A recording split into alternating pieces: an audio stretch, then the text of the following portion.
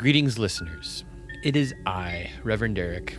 The following episode was originally published as Season 2, Episode 23 of the Arnemancy podcast back in 2021, so it is very likely that you have heard it already. However, my first real video episode is coming out soon, and it references this conversation with Trey Henry, so I thought it would be a good idea to have this available on my YouTube channel. Please enjoy. Speak the charm of make, charm of make, charm of make, charm of make, charm. There will come a time on the planet Earth when science and technology will be long forgotten. When wizards will rule the world. This is the Arnemancy podcast featuring Reverend Eric. Join me on an exploration of the practice, philosophy, and history of the occult, esotericism, and the paranormal. Our guest in this episode is Captain Trey Henry, and we recorded this episode on a boat. I'm also joined by guest co-host Matt Anthony, whom you may remember as one of my co-hosts from My Alchemical Bromance. This episode marks two important milestones. Number one, it's my first in-person interview in a year. Number two, it is the end of Season 2. This is the final episode of Season 2. I'm going to be taking the summer off, and Season 3 will begin in September. However, over the summer, there might be some bonus episodes, so stay tuned to the podcast feed. And there also will be some bonus Patreon episodes, which will only be available to Patreon supporters. If you want to be a Patreon supporter, you can sign up to support the podcast on Patreon for as little as $1 a month at patreon.com/Arnemancy. And now on with the show.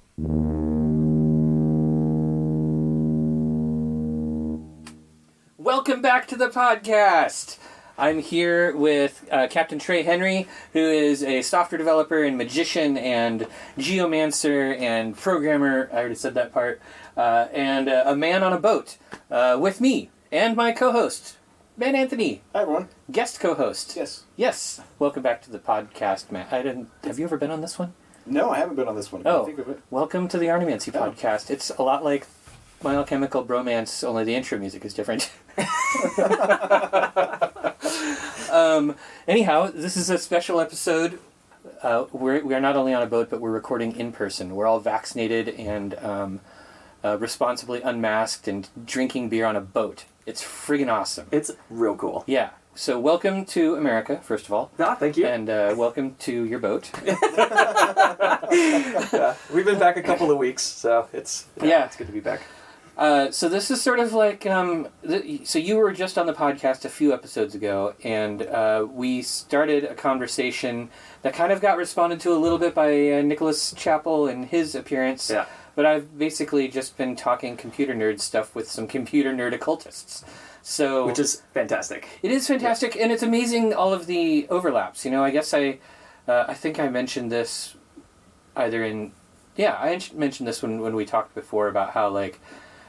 Scott Gosnell is kind of the person who really started me thinking along these lines in ways that helped crack things open. But then also, I started looking deeper and deeper into like cryptography and magic and how those things overlap. The overlap there is really interesting. It is. And honestly, I don't really know how to explore it to its fullest. You know, I mean, I'm doing what I can, but we need like an occultist mathematician who's interested in the history of math and history of occult to like look at the stuff and figure out what interesting things are going on. And because well, I mean, I listened to the episode with Nicholas Chappell, and that was super interesting, and I definitely bookmarked some things coming out of that conversation where I was like, that's really that's an interesting. We spend a lot of time, I think, as magicians kind of trying to come up with metaphors in the other things that we do outside of magic, so that we can kind of build these like ways of understanding what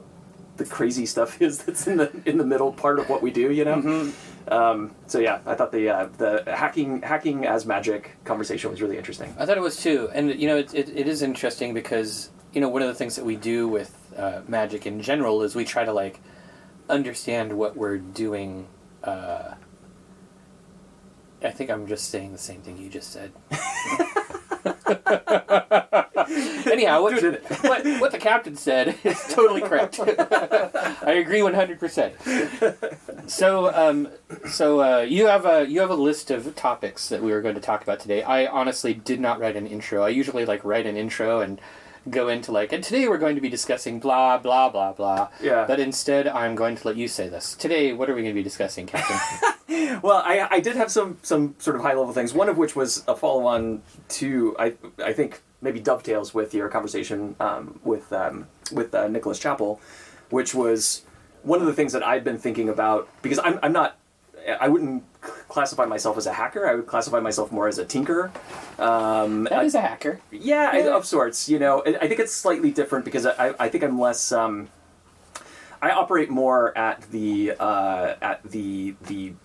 human computer interaction and user experience and kind of where users and machines kind of meet. And maybe not spending as much time figuring out if there's a particular way to exploit get a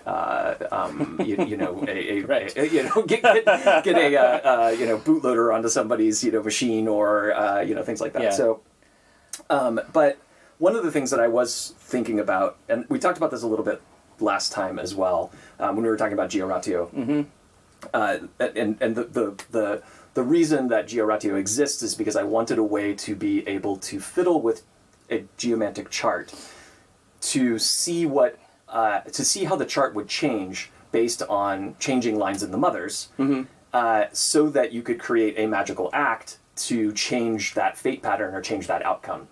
So this was you do your divination process, you end up with this chart, and then and that's sort of the answer to your question.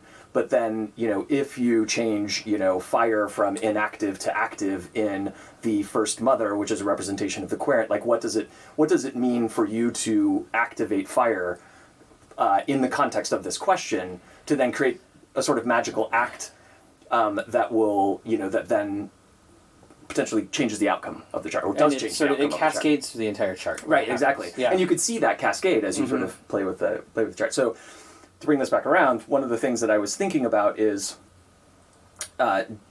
in programming, hopefully this doesn't go too nerdy. If it does, you might have to edit This is why we've got Matt here. If we get too nerdy, he's going to... he's going to ring an alarm. Yeah. With a yellow card. Yellow card. Throw a card on the play. Penalty box. Penalty. Sorry, penalty berth. All right, I'm going to try to do this. Yeah, I'm going to keep it high level. So programmers use things... Programmers make it possible for other programmers to use their stuff through a special thing that's called an application programming interface, or an API. And the reason I'm putting the definition of API up front here is because I'm probably going to use API several times in this description. So now you know what an API is. It's basically a way that you can talk to something, some software that exists. And generally the way that APIs work is they give you the ability to do many of the things that you could imagine doing within the application, but in a programmery way. So I'll give a specific example. Okay, that sounds If you have let's say a commerce website, an e-commerce website, and you're selling tarot decks online or something. Yeah, like tarotdex.com. Tarotdex.com, exactly. Or whatever. That probably already exists. Do not go to that URL. Yeah. Who knows what's there? Anyway, so you have this e-commerce site, and there may be an API for this thing, which you could say, give me a list of all of the tarot decks that are for sale. And that's a particular kind of sort of request to that API that you make. It's a GET request. It's a GET request, exactly. Yes. And then that request, then the API would respond with, here's a list of things. And then each thing probably has some unique identifier, like an ID or something like that. You may or may not see that as the user, but it's a way of uniquely identifying each particular thing. And then you can make another request and say, give me the details of this particular thing. Like maybe all the stuff that's in that list is just like the name of the tarot deck and the price and maybe like a little thumbnail screenshot. But you could say, give me all of the details of this particular deck with this ID. And now you get a description, and you get maybe 3 or 4 more images, and you get some more detail about it. Yeah, you might get like size and shipping weight and yeah, exactly. Publisher, publication year, like all the sort of the details. Yeah, the details. So and there might be a view of this information that you get if you're an authenticated user versus a non-authenticated user. Actually, I think authentication in Magic is a whole nother overlap thing. That we'll just put that on the shelf for now. Oh man, I have some thoughts about that. Yeah. Becoming authenticated is like a whole separate conversation. Yeah, that's totally. But anyway, so then you can imagine that if you're the person who runs this store, you want to add a new item, or you want to update an item that exists. You want to change the price of one of the tarot decks that's out there. So you then make another request, and it's a different kind of request. It's either a put or a post. It doesn't really matter what the details are here, but basically you say this.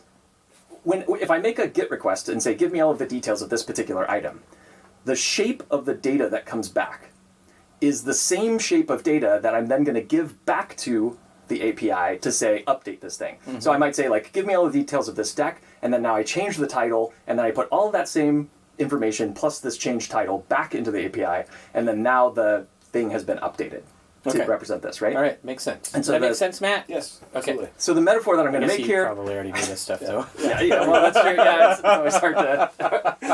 Yeah, sorry if that isn't... Email after the episode any questions that you have. Send them to Eric. I'm sure he'll answer them. Yeah. Anyway, so the metaphor here is that get operation to say, like, give me the information is basically divination. So if you imagine that creation is sort of this black box running application, we don't know who wrote it. We don't really know what's happening inside of it. The developers are no longer around, or maybe they are around. They've left some clues about that. Documentation isn't that great either. Or the documentation is hard to find, let's say. Well, they don't want to answer all the bug requests. Whether or not there's bugs is actually another interesting question. So there are literally bugs. There are literally bugs. So the idea that you make a GET request and then you get this, like, that is like divination. Like if you're talking about geomancy, you've got this question in mind. The question is basically a GET request to creation, and then the result is this chart, which represents kind of, you can think of it as like that is the output, right? Like that is the thing that came back of like, this is what it is. Now when you fiddle with that chart, now you can use that chart in your subsequent put operation to change it, to change that. If you think of it as like this is a representation of a fate pattern, you're changing that fate pattern and then putting it back and saying, this is now this fate. I like that metaphor, but I think that there is a place where it kind of falls apart. Yeah, hit me. A lot of times when we do, well, I don't know. Okay, let's talk about this a little bit. So, like, you do a GET request, you do a divination. Let's say you want to, I don't know, summon a goetic demon to teach you how to cook pasta or something like that. So probably easier ways to find out how to cook pasta. You've tried every other method, everything has failed, and you're like, I just don't understand. Do you boil the water first? Like, where do things go? So anyhow, you do the divination, and you're like, is this a good idea? And the divination method you use might be geomancy, but it might be something like tarot or something of that nature. Right. But the tools that you use with the divination may not reflect what you're doing with the ritual afterwards. Or, so like, if I use tarot for this divination, I'm not necessarily going to use tarot later in the goetic summoning ritual. Right. But this is exactly what I think, this is what interests me. Okay. And this is why I think this is worth spending some time on, because I think all of the things that we're currently thinking about in terms of read-only operations, like all of these divination things, I think the secret is that they're not just read-only. And I think that you, if using that metaphor, I think you then can start to imagine what you could do. So going back to my specific example of like, okay, let's, if changing the fire line in this mother, in the first mother for this particular chart, changes this outcome. One thing you could do with that is you could say, what can I change? Because if it's the first mother, that's the representation of self. That'd be the first house in the wheel chart. So, you could say, what can I change about, what I'm doing? This is just very mundane. Like, can I bring a more sort of passionate angle to whatever it is that I was asking the question about? Can I, be more? Can I be more? Sort of take it up a level and be just kind of like, what is sort of like the origins of this thing, and kind of like dive into that to create more of like a fire aspect to that. or you could then go into, if you were going to do something that was a more formalized, ritual, maybe you spend more time in the Southern Gate, like working with the element of fire to make fire more active in this particular context. I think it can inform a magical act. And then, all the way down to, let's, in the case of tarot, if you're using tarot, you do a reading, what could you do in a magical context with those cards that came up in that reading to then create a magical act? Actually, and you know what, I've seen people doing practices like that where they will do a reading and then like swap out a card in the reading to the result that they actually want, and then work with that in some sort of like meditative or ritual thing. Yeah, right? Yeah. And there's ways to, like, if it's a if it's a minor arcana card, you might switch elements, so change the suit, or you might move it through the ranks, and maybe even move it, like if you're going from a 3 to a 5 or something, what is a is there a sympathetic magical act that you can do that moves through the 3, moves through the 4, and turns it into the 5, right? So you can... Yeah, actually, this is something that Susie Chang has talked about. Like, she does this, if she draws a card for the day, and she's like, oh, every time I get this card, I fall down the stairs. She might fake falling down the stairs, or do something to, to satisfy the prediction of the card on purpose.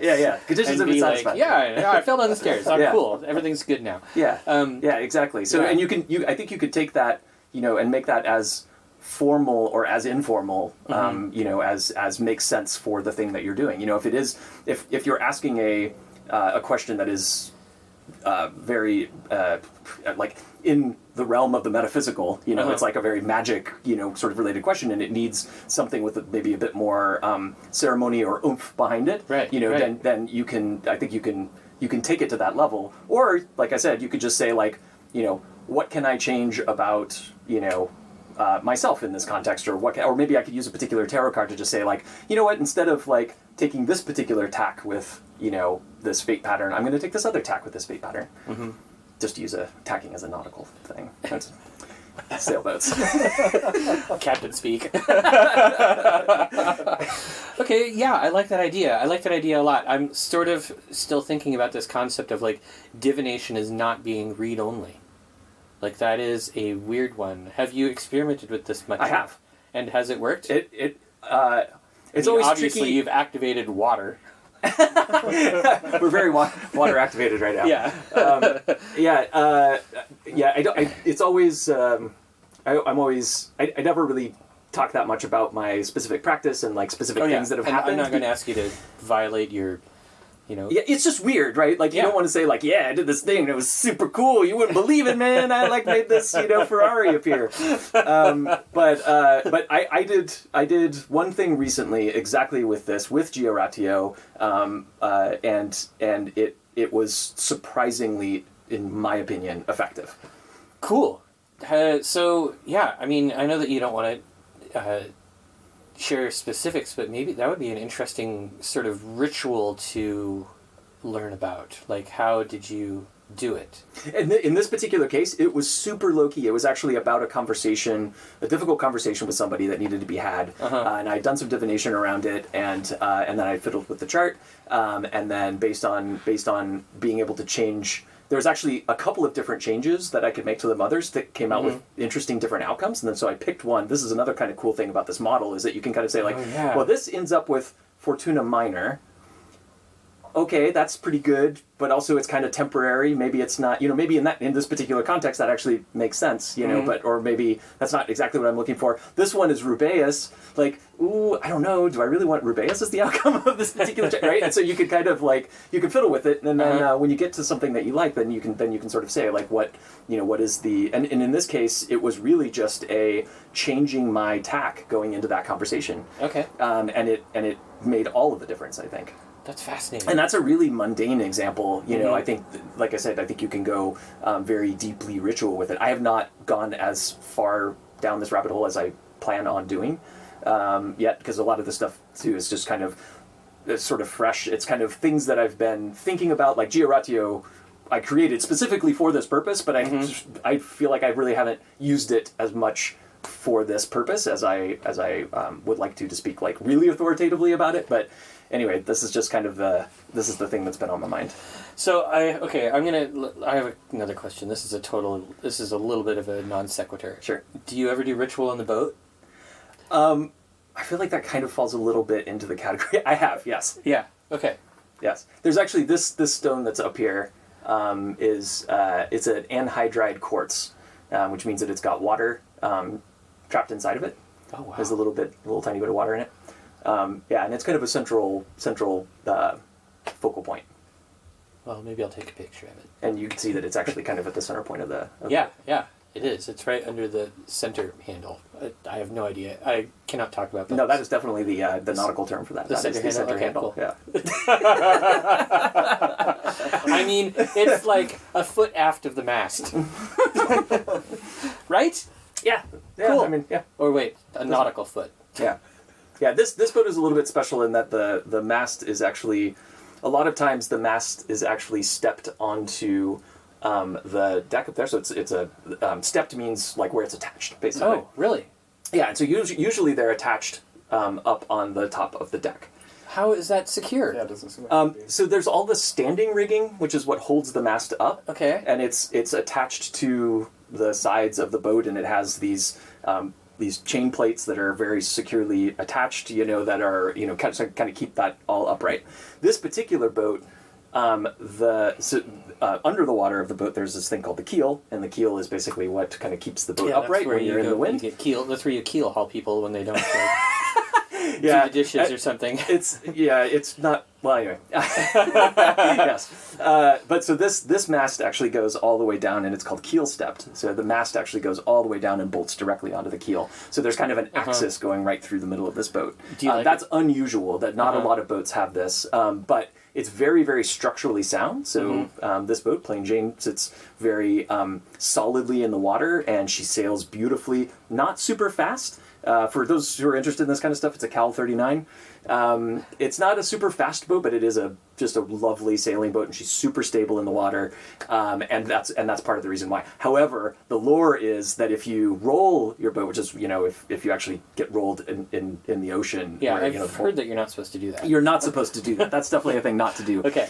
If your mast is stepped onto the deck, then it will just kind of snap off up there, which is definitely bad, but not nearly as bad as in this case. If something were to happen, it would basically just structurally wreck the boat. It would just kind of...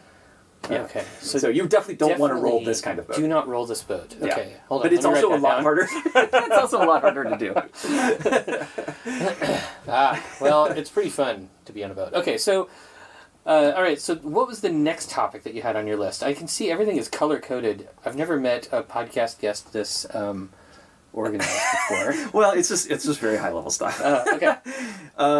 So one of the other things, which we kind of had a little bit of a bookmark for from last time, was talking about generally randomness.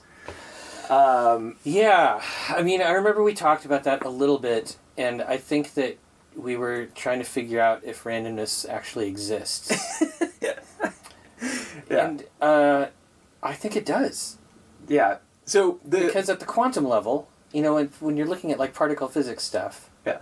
Does random exist is basically, I think, the same kind of question as asking, is there fate or free will? It is. It's absolutely. It has to be the same. Yeah. And so the interesting thing about that is that, so I told the story the last time that we talked about the entropy generator that was in this hardware device that we did for this company, Nebula. And there's breakdown of some atomic material in there, and that's what generates the entropy. But if you open it up at some later point in time, you could actually know what entropy was generated at an earlier point in time.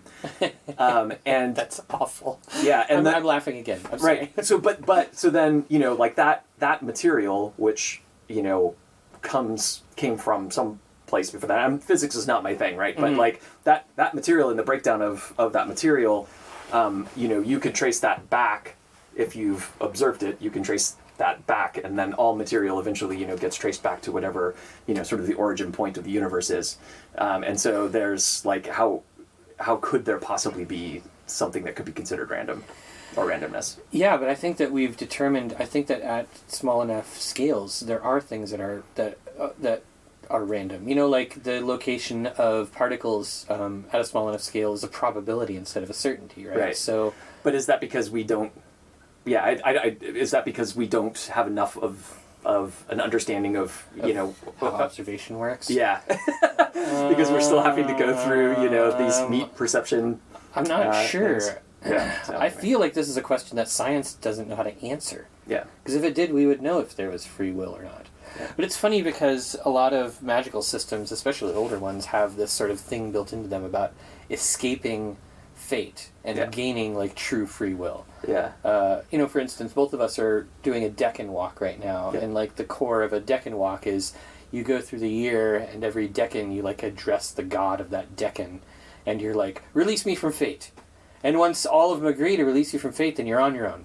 You have free will. You are no longer bound by, predestination. And I feel like you have sort of a similar thing in Kabbalah, where when you become one of the tzaddukim, the 36 holy people or whatever, there aren't that many, and you never get to know who they are. They have released themselves from fate and are able to act with true free will. Yeah. But until then, do we have free will at all? Yeah. Or is that even possible? Like, I think it is really interesting. I think for me, from a practical level, because I think we ask, like, magicians often spend a lot of time, kind of in this liminal space between, fate and free will. And from a practical perspective, I don't think it really even matters.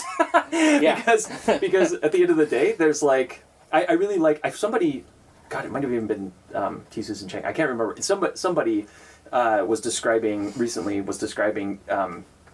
fate as this thing that you sort of rise to meet.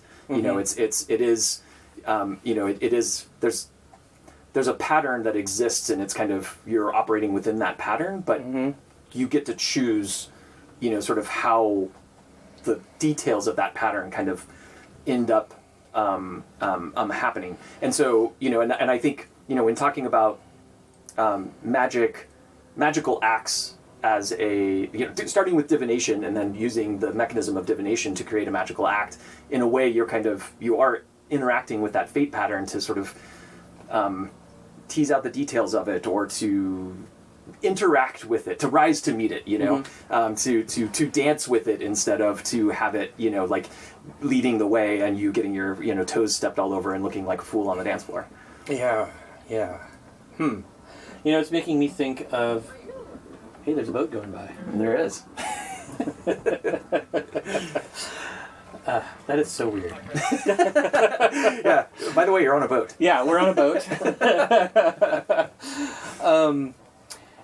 It makes me think of something Alan Drake was talking about with me once, where he's an astrologer that I've had on the podcast before. I'm not sure that the sound quality on that episode is really good, but he's a fascinating and intelligent guest, so I would encourage you to go back and listen to that episode if you haven't yet. Anyhow, he's talked to me about this idea of what are the two? I think the two terms he uses are something like fate and destiny, or something of that nature. Yeah, where like sounds good. You do have some sense of determination. There might be like something to the grand shape of your life that will always come true no matter what, and there might be sort of like limits to how much you can change about your life. There might be things that you just never. There might be boundaries that you never get to step outside of, but that inside that you have a certain amount of wiggle room, a certain amount of wobble as you careen towards your destiny. I like that model. That somebody else also described it as kind of of the metaphor of a river. So you're kind of like in a boat on a river, and maybe you will always fall off the waterfall. There's no question about it. Yeah, exactly. You're always going to get to the waterfall. Yeah, the world is flat, and you're going to sail right off the end of it eventually. But you can always stop and have a picnic somewhere if you want to, and nobody can tell you where. Yeah, and your boat might be kind of spinning around and hitting every single rock and washing ashore all the time. Or you might have an oar in the water or a rudder, and you can kind of guide the boat as it goes, and you can see a rock coming, and you can kind of guide the boat around the rock. So maybe you don't have to hit every single rock in the river, as you barrel down it. Matt, I have a question for you as co-host. Do you think it is purely coincidence that this swerved right back towards a boat metaphor? Not at all.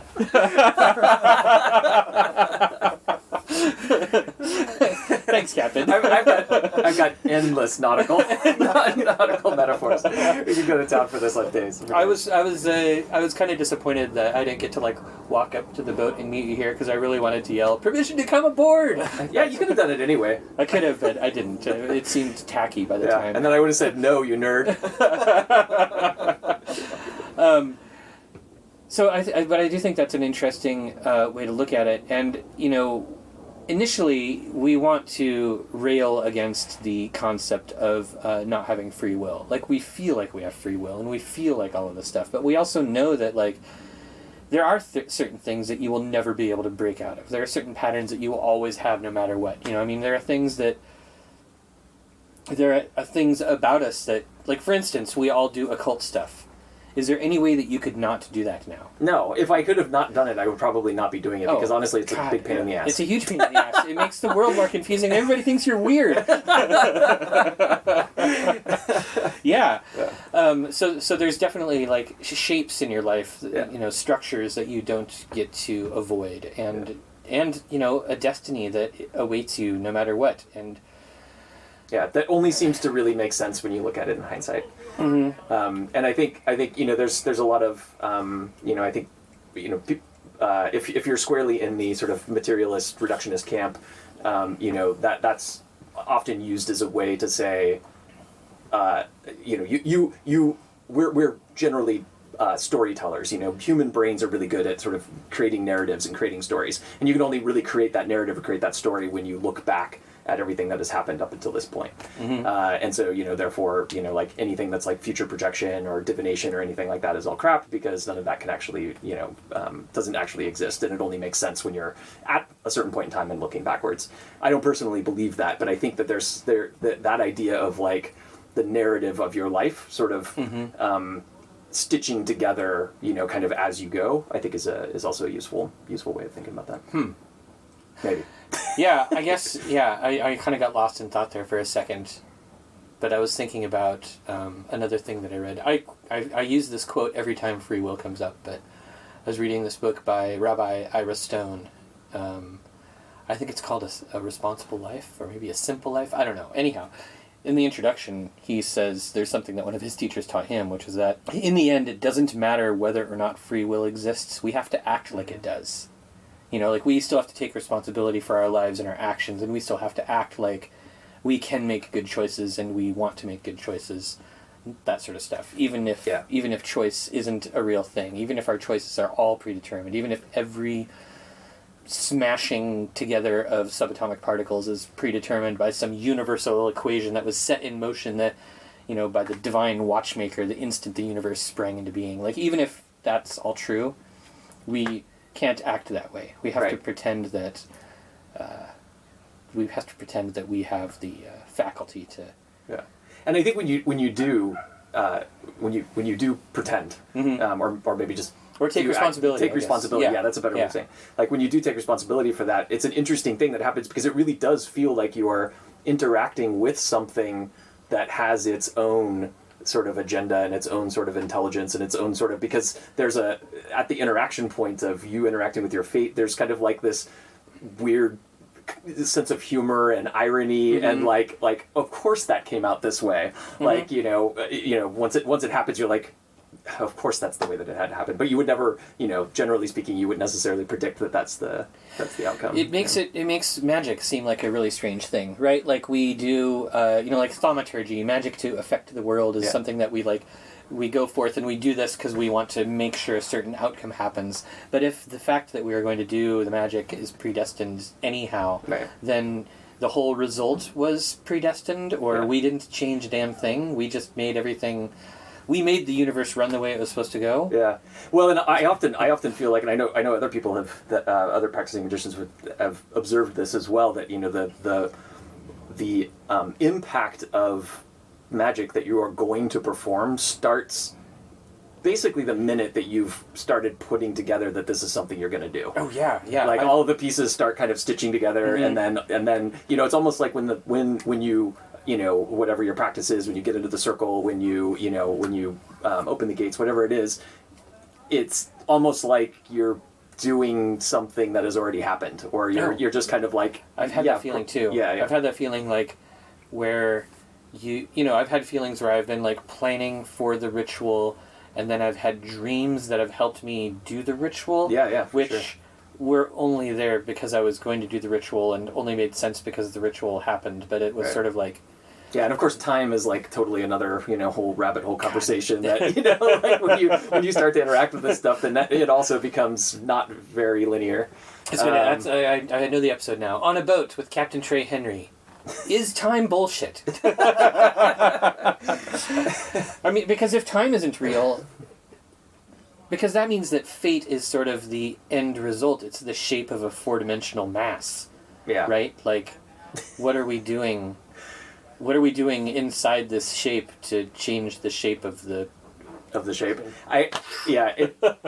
Again, it is almost, there's like a certain theoretical level that you can, I think it's interesting to spend time trying, like, to spend time thinking about it and to meditate on it and to, like, interact with it more. But at the end of the day, it doesn't really seem to matter that much, is my observation. Yeah, but we still do have to think about it, I guess. You have to pretend. Yeah, you have to pretend. You have to pretend. That's the other potential subtitle for the episode. Pretending we're on a boat. I mean, we are pretending we're on a boat because none of this is real anyway, right? Yeah. I don't know. I mean, I thought you did a great job talking about this mast thing and all that kind of stuff. Like, that sounded like we were really on a boat.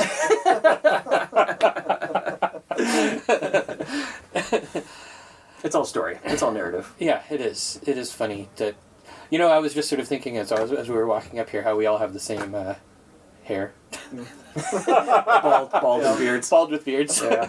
It's the wizard hair, I guess. Official wizard hair of the 21st century. Yeah. Well, after I talked to you last time, I've been growing out the facial hair. I was jealous of. Oh, see, that's funny. I trimmed mine back a lot. I trimmed mine. So maybe we're close to the same link. Yeah. Well, the other thing that happened since we last talked also was because I was not going to be shamed by you in calling my software vaporware. Oh, yeah. Yeah, that's right. That I shipped Urania.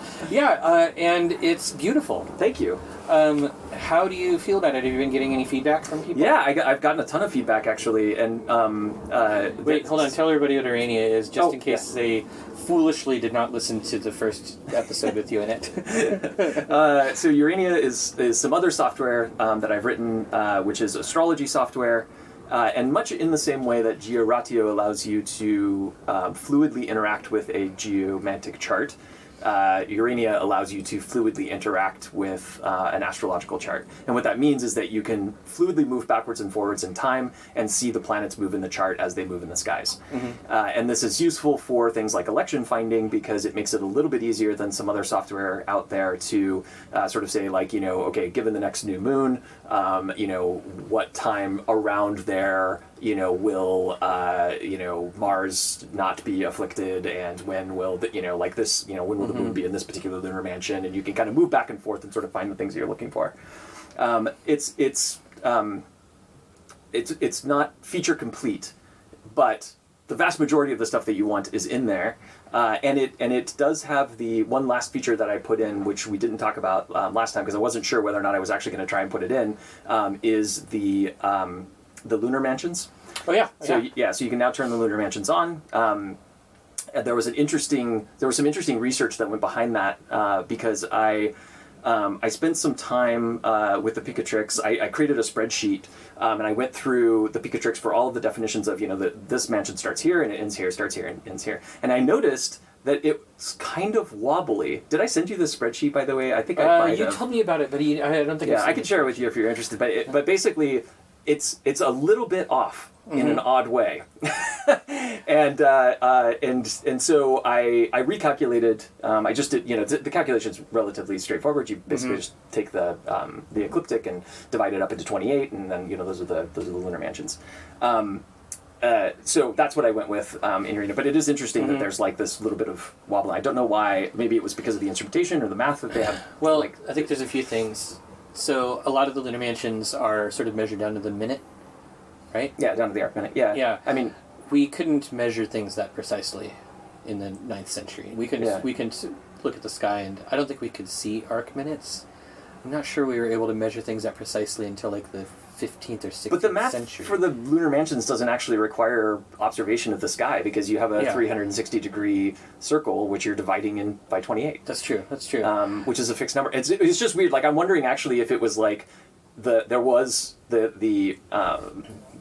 maybe in a prior manuscript that like the mansions were completely detailed correctly, and then there's one mansion that is like way off. It's off by like. Are you looking at the Atrell? Maybe I'm looking at the edge. Actually, that's a good question. I don't. Because there's a typo in one of the Atrell Lunar Mansion things. Oh, is there? Okay, so maybe that's it then. That was one. There was one that was like way off, but even the rest of them. At least like, I think it's a typo. I haven't asked him, but I corrected it in mine. I was like, no, this can't be right. That can't be right. Yeah. Anyway, but the lunar mansions are in there as well. So but bringing it back, so Urania is out there. It's free for anybody to go and download and use. It works on all major desktop operating systems, including Linux. It is not vaporware. It is not vaporware. It is a real thing. So yeah, you can go check it out. See, I feel like I manipulated fate there. I used the right word at the right time to kick my ass to get the thing out the door. Yeah. Yeah, no, I'm glad that you did too, because there's kind of with any big project like that, because I worked on it for a year and a half, so far, and it's definitely not done. And with a big project, there kind of comes a point where you just really kind of need to let it like be a thing. You like, because I could have just worked on it indefinitely and never shipped it. So I'm glad that you actually had like pushed me to be like, okay, now this thing is out in the wild. And I have gotten a lot of feedback, particularly right when it launched. There was a number of bugs with. That's right. Yeah, actually, I think I found one. Right. Yeah, you did. Yeah, you found one on Linux, which actually that was great because I don't think a lot of people are using it in Linux. So the fact that you found that was actually really great. But there was also on the Windows version of the Swiss Ephemeris. It wasn't statically linked, and there was some other. So anyway, there was a couple of rounds of updates shortly after the release that fixed a few things, including like errors weren't showing up correctly, and there was just no software is bug free, as we mentioned last time. But yeah, so it's out there, it's in the world. Well, I have a feature request. Of course you do. I would like an option where to turn on colors in the lines. Because using the thickness of the lines between the planets to see which aspect it is, it's harder for me than if squares were red and trines were green. Or something like that. Yeah. Okay, I see what you're saying. Yeah. And a lot of astrology software does that. Like it will, like the harder aspects it'll color one way, and the quote unquote like softer, more mild aspects, like the trines and the sextiles and stuff. Yeah, it'll color differently. Yeah. I don't think that would be the thing that I tried to do. There was two things that I wanted to do. One was using the line thickness as giving a decent visual indication, which is just at a glance to say, how close to partile is this aspect. Okay.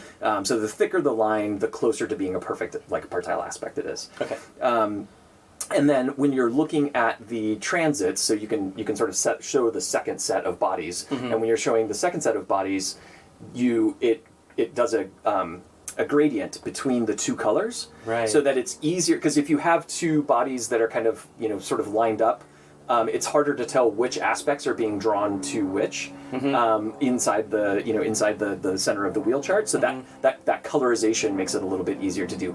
But it's also if you're colorblind, or if not everything about Urania is accessible. So that's one of the things I need to work on. Yeah, that's a tough one though. It is a very tough one. Yeah.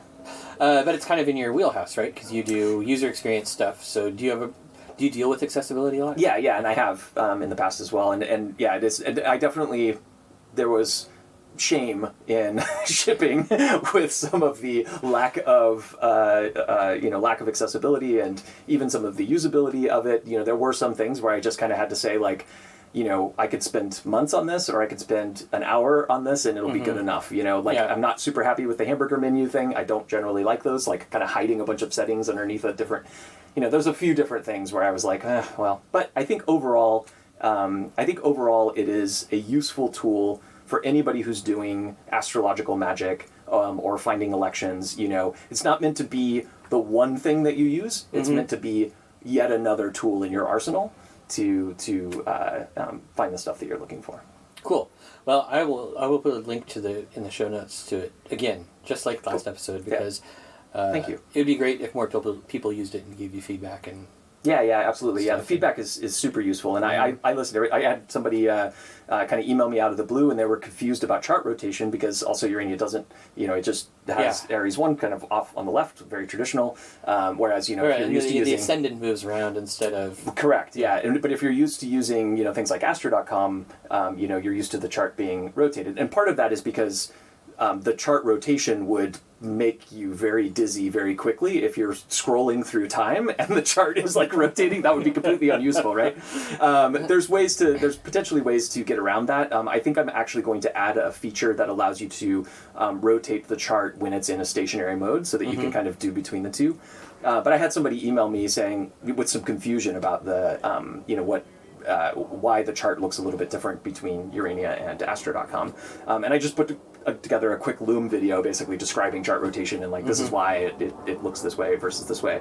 So, if anybody out there is, using the software, please send me feedback. I'm very responsive to people. I really enjoy knowing that, I did this as an act of passion, a work of, it's just something that I really wanted to do. I wanted to have it for myself, and I love, knowing that other people are using it. And it's completely free, so, there's no risk. You can just go download it, run it, other than the keylogger that I install on your machine through. That's just a joke. That's not true. Or is it? So how is malware like magic? Yeah. I think you covered that one already in the previous episode.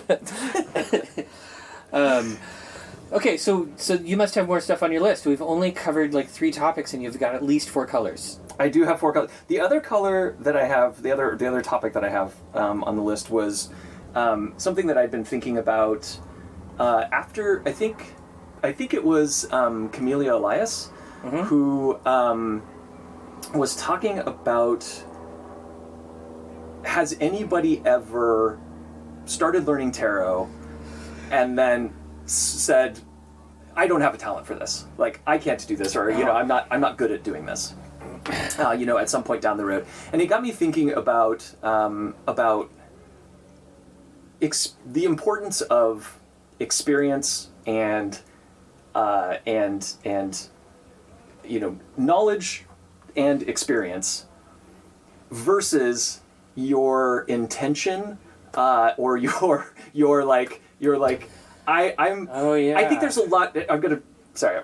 I'm making this harder than it needs to be. I think there's a lot of people in the sort of occult community and in the magical community who are maybe very well-intentioned people who are early on in their path, who will sometimes speak very authoritatively about topics for which they haven't maybe spent enough time with, or all of a sudden, me say?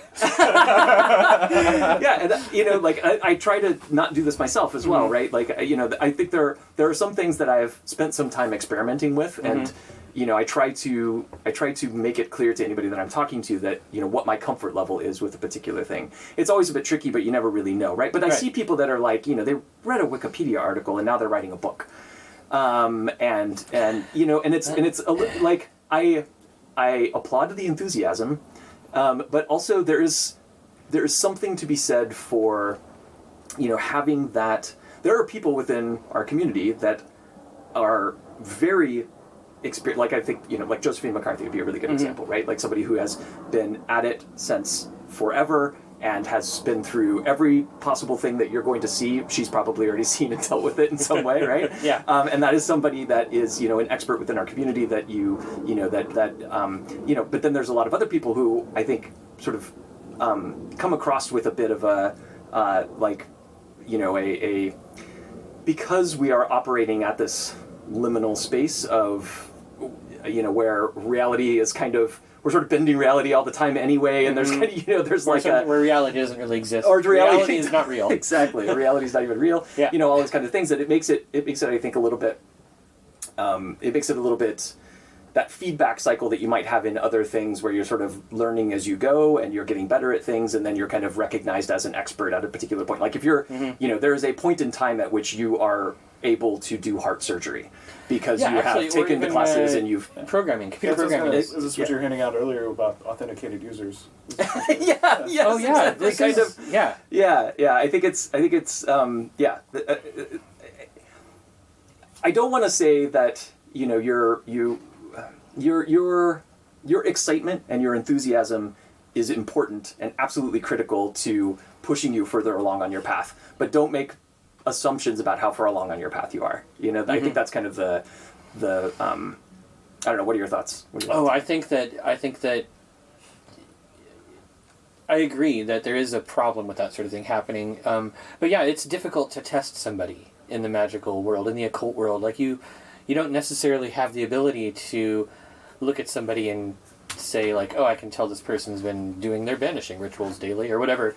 Yeah, I mean, we do have, we are magicians, right? We have divination. We have divination. Yeah, we have, but yeah. Yeah, and also, like things like in the tarot community or in any of those communities, there's always these new paradigms arising and people telling you, like, nobody can tell you how to interpret the tarot cards, figure it out for yourself or whatever. Like, sometimes that happens. Like, I don't know that I've ever met a tarot reader where we've agreed on every card or any cards sometimes. Yeah.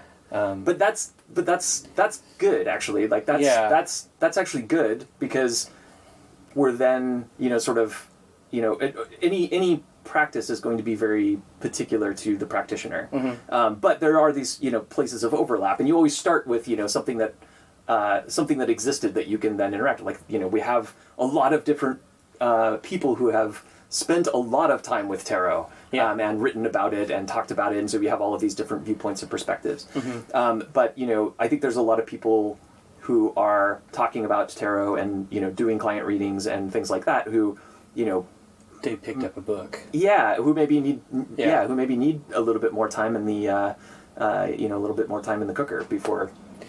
Yeah, and it's hard to say how much time. We don't have necessarily. I mean, I know that there are like tarot certification courses, for instance, but when it comes to like. Yeah, but what does that even mean? Like that you read a book and you can, the associations of like, whatever, like. That's how we let people become lawyers. That's true. Yeah, that's true. But like when it comes to ceremonial magic, for instance, or ritual magic, like so much of the practice takes place behind closed doors, and so much of the experience itself tends to be like very subjective, and people obviously have different.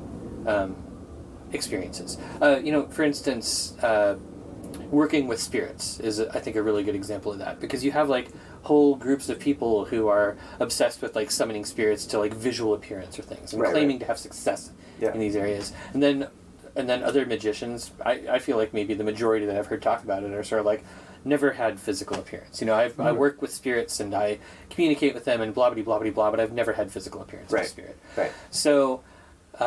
Is one of those groups better, making it up, or better, or more experienced, or further along? How does it? Yeah, or like what? I mean, I guess the important thing is both of them have experience. Yeah. But how do we know who's actually being successful? Yeah, or what does success even mean? Yeah, what does success even mean in that context? Yeah, I think that the physical manifestation thing, I think, is interesting because there was a point in time, certainly, around the time of like Madame Blavatsky and like a lot of the Spiritist movement and stuff like that, where there was a very large emphasis on physical manifestation. Yeah. Could you actually get physical manifestation? Could you produce ectoplasm? Yes. Or don't do it on the boat. Or is somebody dropping letters in through the slots from the ceiling above,